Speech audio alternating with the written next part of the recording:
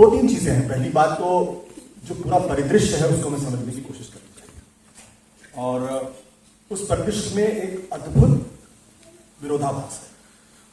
एक तरफ जहां हिंदी का मीडिया स्ट्रक्चरली अगर आप देखें तो बहुत डेमोक्रेटाइज हो रहा है। हम लोगों ने जब पत्रकारिता शुरू की थी तो दिल्ली में हमारे ख्याल से 2-3 अखबार हुआ करते थे, उनके 2-3 एडिशन हुआ करते थे, और वहां कुछ लोग पत्रकारिता करते थे। आज हर बड़े अखबार के, और कुछ तो अखबार ऐसे हैं जिनके कम से कम 60-70 एडिशन हैं, और उनके साथ साथ उनके लगभग हर जिले में उनका एक पोर्टल भी है। तो अगर आप डेमोक्रेटाइजेशन का प्रोसेस अगर आप देखेंगे तो आपको अद्भुत तरीके से विस्फोट दिखाई पड़ेगा। एक ऐसा विस्फोट दिखाई पड़ेगा जिसके बारे में आपने कभी सोचा भी नहीं होगा कि हिंदी की पत्रकारिता इस हद तक विस्तृत हो सकती है। लेकिन अगर आप उसके फंक्शनलिटी पे जाएंगे तो एक अद्भुत तरीके की वहां अथॉरिटेरियनिज्म दिखाई पड़ेगा।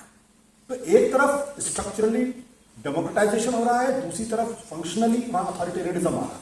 अब आप कहेंगे अथॉरिटेरियनिज्म कैसे आ रहा है? अथॉरिटेरियनिज्म इस तरीके से आ रहा है कि एक खास तरीके से ही आपको लिखना है और खास तरीके से ही आपको सोचना है। वहां किसी दूसरे विचारों के लिए कोई जगह नहीं है। मुझे अच्छी तरीके से याद है कि जब राज माथुर साहब जब संपादक हुआ करते थे, और मैं उनका बहुत बड़ा प्रशंसक भी था, और एक जमाना था जब नवभारत टाइम्स मेरा पहला अखबार था, और मैं मुझे कहने में कोई शर्म नहीं कि मैंने पूरी जिंदगी अंग्रेजी के अखबार ही पढ़े हैं, लेकिन एक दौर ऐसा था जब मैं सिर्फ नवभारत टाइम्स पढ़ता था और अंग्रेजी के अखबार दूसरे नंबर पढ़ता था। तो वहां एक दिन एडिट पेज पर आपको सूर्यकांत बाली छपे हुए दिखाई पड़ते थे, और अगले दिन उसमें विष्णु खरे दिखाई पड़ते थे। और एक दिन वहां पर राजेंद्र माथुर लिखते थे आरक्षण के विरोध में, एक तरीके से आप कह सकते हैं, या थोड़ा किनारे होते हुए। दूसरे दिन एसपी सिंह लिखते थे तो आरक्षण के बिल्कुल पक्ष में लिखते थे। तो ये जो डेमोक्रेटाइजेशन था, या जो डेमोक्रेसी थी एडिट रूम के, न्यूज रूम के अंदर, जो अखबार में परिलक्षित होती थी, मैं ये कभी नहीं मानता हूं कि संघ के लोगों का लेख नहीं छपना चाहिए। मेरा मानना है कि बिल्कुल छपना चाहिए। अगर कोई वहां फैसिस्ट भी है, अगर वो कुछ लिखना चाहता है, तो डेमोक्रेसी ये इस बात की इजाजत देती है कि आप उस लेख को भी छापें। अगर आप नहीं छापेंगे तो आप ट्रू सेंस में डेमोक्रेट नहीं होंगे। लेकिन आज ऐसा वक्त है जहां पे कि आप अखबार में, और मैं ये विशेष तौर पर हिंदी के अखबारों में बात कर रहा हूं, अंग्रेजी के अखबारों में आज भी आपको सर्टेन लेवल ऑफ डेमोक्रेसी दिखाई पड़ती है। वहां पे सरकार के खिलाफ एडिटोरियल्स आपको दिखाई पड़ते हैं, और बड़े बड़े अखबारों की बात मैं कर रहा हूं। वहां सरकार की अर्थनीति के खिलाफ, उसकी सामाजिक नीति के खिलाफ, उनकी जो दूसरी तरीके की नीतियां, उनके खिलाफ भी वहां आर्टिकल्स दिखते हैं वहां पे, और बहुत मजबूती के साथ कुछ सवालों को खड़ा करते हैं। हिंदी में इसका पूरी तरीके से अभाव है।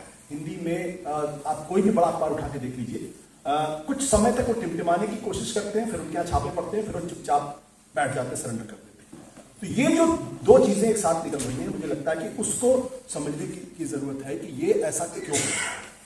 ऐसा इसलिए हो रहा है क्योंकि हिंदुस्तान पहली बार अपने आजादी के बाद, या अगर और पहले जाना चाहें तो उसका पहली बार हम एक बहुत ही, जिसे मैं बार बार कहता हूं, the March of ideological state हम देख रहे हैं।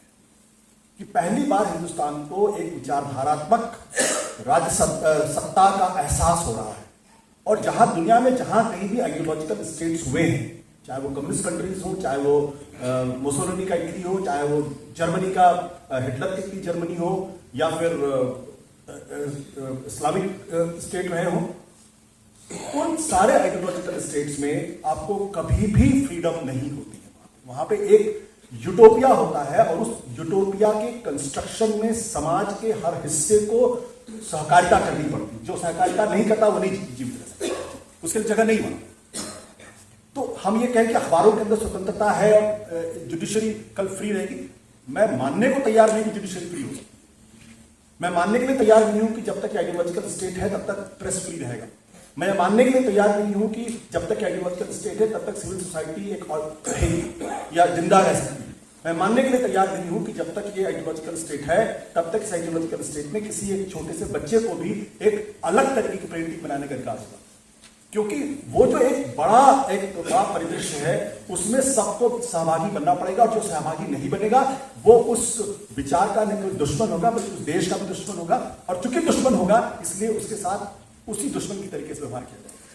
तो हमारा जो हिंदी माध्यम है उसमें कोई नई घटना नहीं हो रही, बिल्कुल नई घटना नहीं। विचार और विमर्श के खिलाफ एक इन्वेजन ऑफ द इडियट्स जो इसको कहा जा रहा है, कि ये मतलब उसमें कुछ भी एक बहस की, एक पैराफ्रेजिंग की, विमर्श की जगह जो है वो एकदम से कम होती जा रही है। सूचनाएं तो बहुत सारी आ रही है, लोड भी बोल रहे, जैसे कि अगर मैं सोचता हूँ कि अगर व्हाट्सएप नहीं होता तो क्या नरेंद्र मोदी उतने ही लोकप्रिय होते? लगता है कि ये हम इसको सिर्फ हिंदुस्तान तक सीमित ना करें तो बेहतर होगा। इसलिए मैं ये बात कहता हूं क्योंकि मुझे लगता है कि हर विचार का एक समय होता है। वो 60, 70, 80 साल तक वो विचार बहुत जीवित रहता है, बड़ा वाइब्रेंट होता है, उसमें जीवंतता होती है, और फिर कुछ समय के बाद लोगों की उससे उकताहट होने लगती है, फिर एक नए विचार की तलाश में होता है। अगर आप 19वीं शताब्दी के पहले अगर आप देखें तो जब फ्रेंच रेवोल्यूशन होता है, फिर उसके बाद एक इक्वलिटी, लिबर्टी, फ्रेटर्निटी की बात आती है, डेमोक्रेसी की बात आती है, और जब आप second world war, first world war तक आते हैं, उसके बाद आप देखते हैं कि नेशन स्टेट का कॉन्सेप्ट आता है, लिबरल थॉट्स आता है, युद्ध नहीं होना चाहिए, पीस होना चाहिए। मुझे लगता है कि अब एक ऐसा वक्त आ गया है जब उदारवादी विचारधारा को भी ये समझने की कोशिश करनी चाहिए कि दुनिया में उसके खिलाफ एक खास तरीके का प्रतिरोध क्यों पैदा हो। वो ऑस्ट्रिया में भी पैदा हो रहा है, वो आपके पोलैंड में भी पैदा हो रहा है, वो अमेरिका के अंदर पैदा हो रहा है। अगर वहां डोनाल्ड ट्रंप जैसे आदमी के समर्थन में आज भी 7.5 करोड़ लोग हैं, जो एक निहायत ही थर्ड ग्रेड लुम्पन है, डोनाल्ड ट्रंप के लिए और कोई शब्द का इस्तेमाल नहीं, थर्ड ग्रेड लुम्पन है, उसके पक्ष में भी अगर 7.5 करोड़ लोग खड़े हैं, जो 100% जहां पे लिटरेसी है, जहां पढ़े लिखे लोग हैं, जहां टेक्नोलॉजी की एक्सेस है, तो हम उसको यूं ही नहीं मान सकते कि 7.5 करोड़ लोग क्यों उनके पक्ष में खड़े। इसका मतलब यह कि एक चीज तो मानना पड़ेगा कि जो लिबरल थॉट्स है, उस लिबरल थॉट्स में भी अपने अंदर जाकर इंट्रोस्पेक्शन करने की जरूरत है, ये समझने की जरूरत है कि इतिहास की गति में कहीं हमसे कुछ गड़बड़ी तो नहीं हुई, या हमको बदलने की जरूरत तो नहीं कि जो संविधान हमने 1950-51 में जब हमने अडॉप्ट किया, वो संविधान 2022 में आके उसी तरीके से रेलिवेंट रहेगा जैसे 1950 में था, या 60 में था, 70 में था, तो शायद हम कुछ दूसरी तरीके की बात सोच रहे हैं, क्योंकि उस वक्त जो संविधान बना था वो बिल्कुल 1950 का जो समाज था उसको प्रतिलक्ष्य। मेरा कहने का मतलब नहीं कि समाज को पूरी तरीके से आपको बदल देने की जरूरत है, लेकिन वो जो संविधान था वो 1950 के समय का संविधान रिफ्लेक्ट करता था। तो जो विचार 1950 में रेलिवेंट था वो 2022 में कैसे रेलिवेंट होगा? मैं मानता हूं कुछ यूनिवर्सल वैल्यूज होते हैं, कुछ सार्वभौम सत्य होते हैं, लेकिन उसमें भी परिष्कार करने की जरूरत है धर्म के संदर्भ में, कि धर्म अगर है तो मुझे लगता है धर्म को नए सिरे से देखने की जरूरत है। जिस तरीके से धर्म के नकार की बात होती है, धर्म के निषेध की बात होती है, क्या वो आज रेलिवेंट है? क्या डोनाल्ड ट्रंप में जो 7.5 करोड़ लोग हैं वो क्यों है, ये समझना चाहिए। या ऑरबान के पक्ष में इतने सारे लोग 2/3 बहुमत से जीत के आता, क्यों है, ये समझने की जरूरत है। पोलैंड में लोग क्यों उनके साथ खड़े, समझने की जरूरत है। और तो इसलिए ये जो विचार है, अगर हिंदुस्तान के अंदर 37% लोग अगर एक विचारधारा के साथ खड़े हुए हैं तो क्यों है, ये समझने की जरूरत है। मैं बिल्कुल नहीं कहता हूं कि संविधान को बदलने की जरूरत है, अगर किसी के मन में सवाल है तो मुझे लगता है मुझे गलत समझ रहे हैं। मेरा कहना यह है कि हमको भी अपने अंदर इंट्रोस्पेक्शन करने की जरूरत है, और हिंदी मीडिया को भी इंट्रोस्पेक्शन करने की जरूरत है, पूरे मीडिया जगत को इंट्रोस्पेक्शन करने की